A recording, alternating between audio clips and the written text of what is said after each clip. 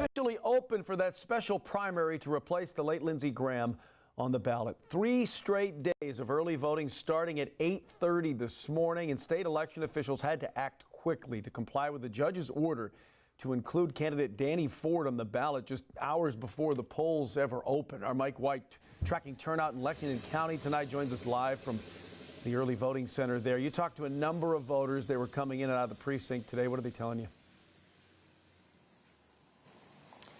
Yeah, Brian, the first day of early voting is just wrapping up here out in Lexington County, and the voters I spoke to said that Ford was on the ballot. Now, as of this afternoon, around 600 people in the county had participated on this first day of early voting. And now this is the second Republican primary in the race for U.S. Senate in the last 2 months, but voters say that it was not a problem for them. Everybody should come out until the polls close. So you'll get an idea of that, and then we'll know what to do even more in November. A primary that South Carolina hasn't seen before. State Republican voters heading back to the polls Wednesday to begin early voting for a race that was originally decided back in June. As many times as we need to vote, I think we need to do it. I vote in every election.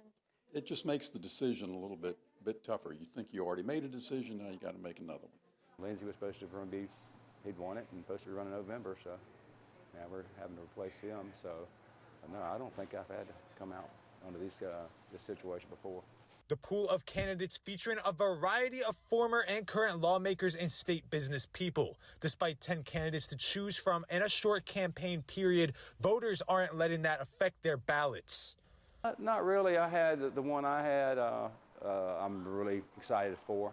I just can easily just kind of rule out, and that's kind of what I did with the debate the other night. There were some I just immediately ruled out.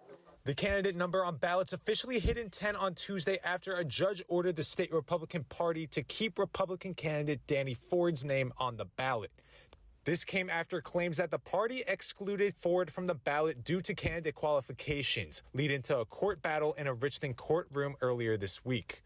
On Wednesday, voters saying they did see Ford's name on the ballot. I did see it on there, yeah. I wasn't aware of all that goes on. Now, early voting is taking place from 8:30 a.m. to 5 p.m. on Thursday and Friday, and the special primary is set for Tuesday, and it's likely heading to a runoff, which is set for August 25th. Reporting in Lexington, Mike White. Watch Fox News, local first. Thank you.